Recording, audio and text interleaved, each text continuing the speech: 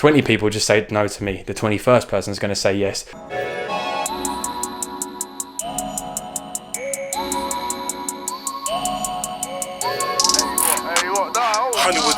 I feel like I'm on the news when I've got this mic. Tell my mum I made it. In today's video, we're going to talk about 5 online businesses you can start in the UK today. Number 1 is going to be drop servicing. Now, what drop servicing is, to put it very, very simply, because this is going to be a quick breakdown video. Drop servicing is if I, Olley, offer a service, and then when someone pays me for that service, I drop that service to someone else, okay? So say, for example, I go ahead. Oh my God, that scared the life out of me. I'm gonna make a video on what that is, by the way, so make sure you hit subscribe and you're gonna realize what automation tool that is that works in the background while I create videos like this, so I don't have to sit at my laptop all day. Oh my God, that actually scared the life out of me. Right, anyway, drop servicing. I would go ahead and say, I would create you a logo for £50. So I could then fill my pipeline with leads or present myself and position myself in a manner that people come to me to buy the logos, which is obviously a better business model when it comes to marketing. But I could go ahead and position myself as a professional logo maker. And then when people go ahead and they buy a logo from me, I could then go ahead and drop service that to another logo maker. So obviously you need to think about your profit margins, and obviously if it's going to be worthwhile for you. Potentially you can charge a lot of money for logos depending on the company. And to be fair to you, like, this is one of the first ways that I started making money online, because I was interested in graphics. I went to college for motion graphics and animation, so I was very clued up when it comes to making logos, and that was actually one of the first things I started doing. If you look at that as a scalable thing, then bringing on another graphic designer to then create the logos is the only way you're going to scale it. So drop servicing definitely does make sense. Or you want to drop service video editing services, okay? This is something that I personally do. I am a video editor. I have always, since I first got online, have been editing videos. People go onto my YouTube channel and they see all of the videos I've edited. People go onto my website, they'll see videos that myself and Daft Global have made as a company, so they can see the professionalism that we can bring to the table. I could then train my video editor to a point that when a new client comes to me, they know my processes, they know my systems, and this is all going to go into that arsenal of your services as well. Like, you can't just, I mean, you can do this, but you obviously want to make sure that you're finding someone that is going to provide an amazing service. Like, please do not get into any of these things and not have your customer in mind, okay? Because your customer is going to be where you're scaling the business. And the reason I've done so well with those type of things is because I've always had the customer in mind. Okay, profit is good, but I'd rather charge someone £40 for a logo. Like, this is just hypothetical, but I would rather charge someone £40 for a logo and pay £30 for it, and then that person is like, oh my God, this is the best logo I've ever had in my life, like, and absolutely raves about my service, and then recommends me to 5 other people, and then I get 5 other jobs off of the back of it, and all of a sudden your profit has gone up and up and up and up because you've got multiple customers from that one customer. Then for me to charge them £200 for the logo and then outsource it for like £20, and then they're like, what is this piece of rubbish, refund me, and then I'm out of the £20 that I've paid for this crappy logo, right? Make sense? Yes. Let's go on to the next one. I rambled on a little bit there. So the next one is an e-com store. So just like where you're drop servicing services in the first example, you're now going to go ahead and drop service items, okay? So I made a video not so long ago about 5 side hustles and talking about flipping items. This is like a explosion of flipping items in a sense, right? Because this is the new norm of e-com stores and, you know, drop shipping. So you got drop servicing, which is where you're actually providing a service, and then you got drop shipping, which is where you're basically sending out a product that you don't actually own, okay? So all you would essentially do is you would build a website that has someone else's products on, but you would then increase the price of the product, and then when someone goes ahead and buys an item off of your store, all you would do is then go ahead and buy it off of that other store and take the difference, so take the profit. And of course you've got lots of automation softwares and tools that you can basically set it up that you don't actually have to even do anything while that happens. When someone makes a purchase from your store, it automatically makes the purchase on the other store and sends it out to that person. Now, this is definitely not an overnight get rich quick scheme or anything like that. There's a lot of good people online. I'd actually suggest going out and checking this guy. Very, very cool guy. I'm not in the e-com niche at all. I'm in the social media marketing niche, so I haven't done my due diligence when it comes to e-com. I tried when I worked at Anytime Fitness, I tried making like a trainer shoe shop. Oh my god, I tried making a shoe store on a Shopify site, and I didn't do enough to it. Like, I feel like this was like when Shopify first even started coming about as well. Like, it was a good, I don't know how long Shopify has been about, so don't quote me on this, but it was a good like 6 years ago or something like that. And I obviously didn't do what I should have done with it. I didn't put the effort into it. I just came across it, put like a couple of things on there, didn't make any sales, I didn't do anything to it, to be honest with you. I made the website, and then I was like, why no sales coming in? Probably like 3 or 4 days later, I was like, oh, this ain't no good. And then obviously found social media marketing and obviously creating YouTube videos.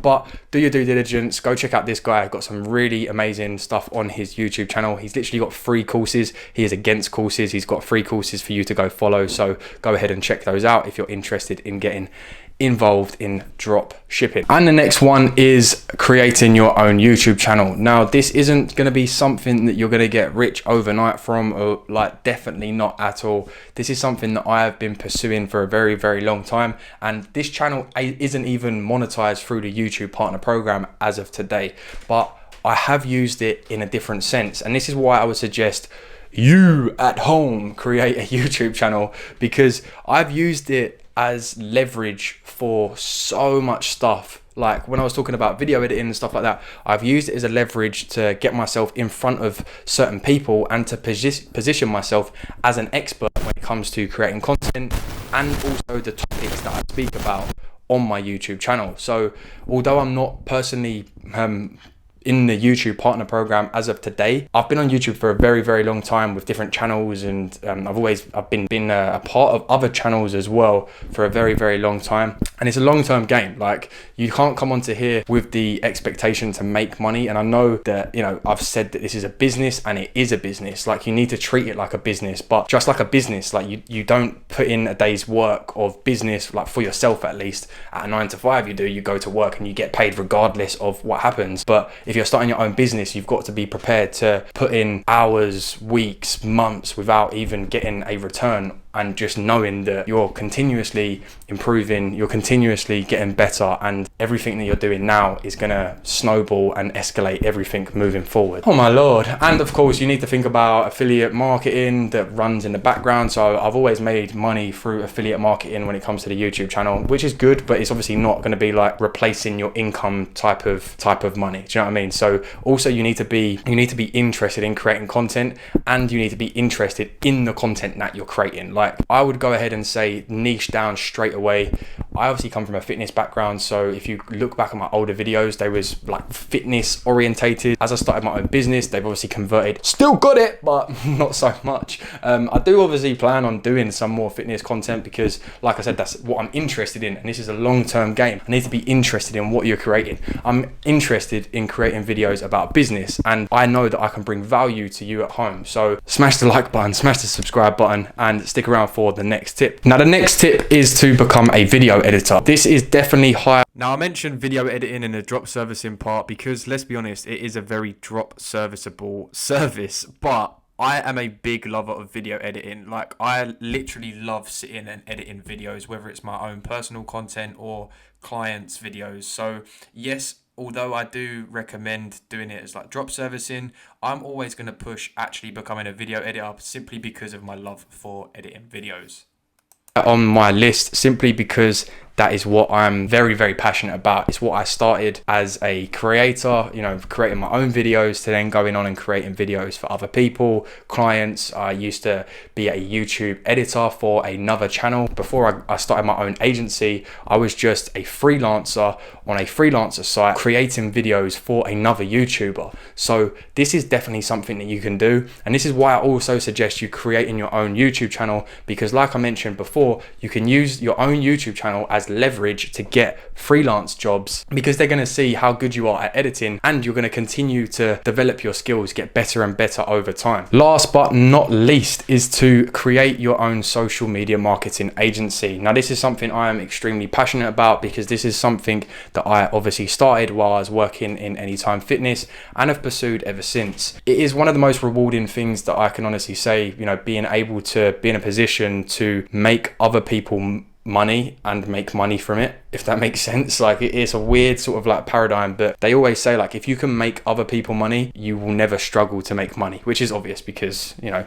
if you can make people money, there's no reason why they wouldn't pay you to do so. And that is what social media marketing is. It is going ahead and marketing other people's businesses in return for a service fee. And if you're working in certain industries, then you can charge up to, I don't even know, like, I haven't, there's extreme levels that people can go ahead and charge. I know people that are charging like $10,000 a month per client. And of course, if you build yourself up to those skill levels, you need to think about, if someone's charging someone $10,000 a month, how much is that company getting in return every single month for them to say, you know what, I'm going to pay this person $10,000 this month because I'm going to get back $150,000 or something along those lines. And you can go ahead and put together deals that you get return on the ad spend, which is something I suggest, especially if you're working in the e-commerce niche, because that is just scalable and scalable and scalable, just because of where dropshipping and e-com is now going. But if you're working in lead gen, this is also something you can do, but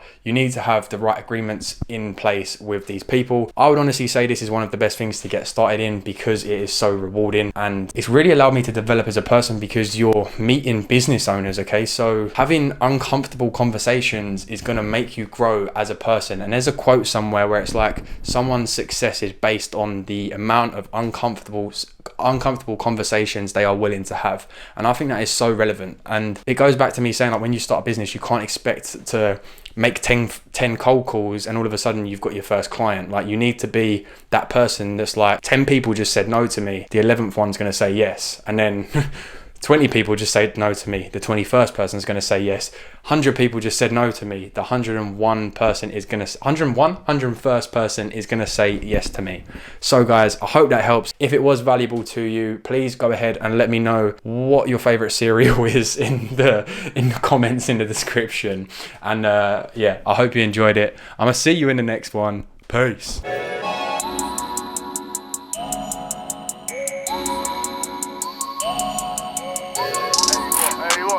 Hollywood 6.